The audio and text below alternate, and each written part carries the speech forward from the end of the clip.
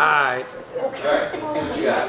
All right, you know, unlike these wonderful seasoned performers, and I mean that, wow, we have such great talent in this area. This is my very first time. Alright, let's get up for Joe. So, Alright, something's not right here. You're not. I'm not right. Am I right now? Yeah. Ah, there we go. Okay. Just for 1 minute though, I'm going to be serious. Notice my shirt says, "My country, my heritage." With a name like Monfiletto, you know I am first generation Italian. Very cool. And by that I mean my family literally came over on the boat.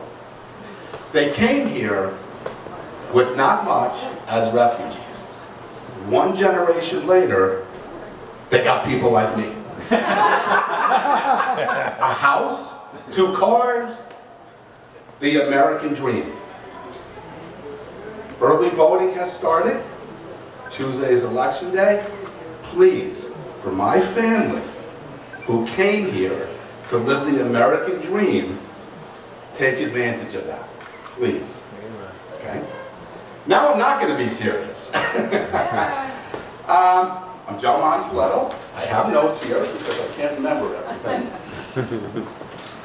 I grew up Italian, and I mean really Italian. I am the first American born on my paternal grandparents' side. AKA, I am the king. You are seeing the king of the Italian Monfiletto family. Now this is what it's like. My sisters are sitting around the table. They haven't eaten in 2 days because it was a religious holiday. Okay? Joseph, and only my mother calls me Joseph, comes home from college. My sisters are sitting there. My father gets up, kicks the chairs out from under him and said, "Joseph is here. He's got to eat." So, that's true. All right? So, I'm meeting the king. The names in our family. Are there any other Italian Americans out here, by the way? Okay. So, you know, our family, our names. We're all named after grandfathers or somebody else. So, everybody's Joey, Frankie, Phil. You yell out one name and 3 people stand up. I got to be called Little Joe until my second cousin Joe was born. Then I got to be Middle Joe. And what did my mother call me? Joseph. Remember that. Don't ever anybody call me that. So, what are important to Italian families? We got family. Family is number 1. We got food. And we got church. Okay? And here's what Sunday family dinners were like.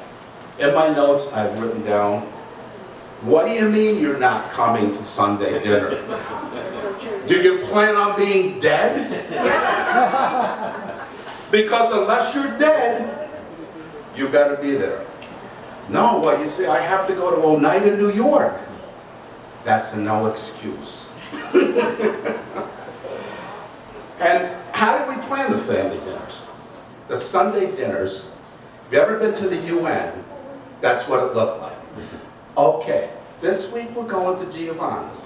Next week we're going to Monfiletto's. Oh, but wait a minute. If we go here, Uncle Sal doesn't get along with Cousin Pete, so, you know, they can't be together. And how about Pasquale's brother from another mother? They're like, what? So then it would take a month to plan the yearly calendar. And you better be there or you better be dead. All right? So, everybody gathers. But the adults get the big table. They sit around there. The kids get the kiddie table. I was 20 years old before I moved up to the adult table. Moving up to the adult table was almost like a ceremonial type thing. However, it was bittersweet because they would say, Giuseppe. Now, my grandparents called me Giuseppe. My mother called me Joseph. My sisters called me other names because I was the king.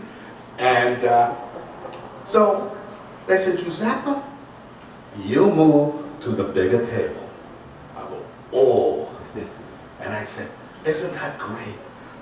And then my next question would be like, oh my God, who died? You did not get a seat at the big table till somebody died. So, you know, it was like, okay, I'm here. And then the food.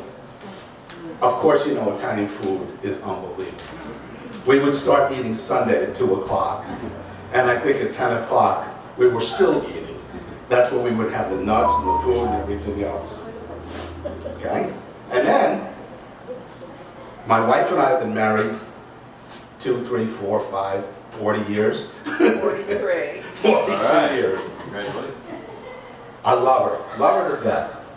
When she first met my family, there was Uncle so-and-so, Aunt so-and-so. Her first question was, so is that your mother's brother or whatever? I go, no, we're not related at all. We just call each other Uncle and Aunt. And it still confuses the daylights out of people. And then when I was in college, before I met my wife, okay, want to make this clear, before I met my wife, I would visit my grandparents in Brooklyn. And the man that owned the building had a daughter named Rosa. All right? Now, here's my grandfather. Here's the guy that owns the building. Has a daughter, Rosa. Well, I see the two of them talking. Next thing I know, Rosa's sitting about 2 inches from me, practically on my lap, asking me, Giuseppe, you want me to get you coffee? I'm going, what? Finally, I asked my grandfather what's going on, and he tells me in broken English, if I marry Rosa, they lived in an apartment building, if I marry Rosa, piece of building is all of mine. I mean, that's what it's like being Italian. I was like, but Grandpa, he goes, what's the matter, you don't listen to me? So, that's what it was like. And then, the whole family, the entire family, lived within a 40-mile radius. Okay? I'm not kidding. Everybody. So that's why we have these giant Sunday dinners. But remember, when you had those Sunday dinners, you had to be very careful because you didn't want the wrong people in the room. So I have an uncle who got a really nice promotion and he moved to Rochester. Oh my God. The family was grieving for years. Peter, we're never going to see you again. You go all the way to Rochester. And I go, damn, I'm going to college in Potsdam. Wait till they find out about that. Oh, but that was okay, because you'll be back. I'll be back. No, I won't be back. So it's funny, like, you're moving where? And then, after I got married, I think we were married 6 or 7 months. It was Guma Mary and my grandmother, and they're going in Italian to each other. Okay. By the way, first generation, but I do not speak Italian, which is because, remember I said about our American pride? My family was so proud to be American. They said, in America we speak English, so you will not speak Italian. All right, so now when they swear at me, I don't know what they're talking about. So after we got married, Guma, Mary, and my grandmother sitting around, and they're looking at my wife and smiling. Look, my wife is smiling. And my wife says to me, what are they doing? What are they talking about? I said, dear, we've been married 6 months, and you're not pregnant yet. What is wrong with you? You know, she was a tough one. Made me wait 2 years. And then, we had Grandma and Guma Mary, and we don't have this word in English, but in Italian, and I know a few of you here have gumatis and gumbadis. What are gumatis and gumbadis? Well, they're people as close to you as an aunt and uncle, but they're not blood relatives. So, I think we need to find a word in the English language that describes Lumbanis and Lumbanis, besides ethnic, because it really confuses people. It really does.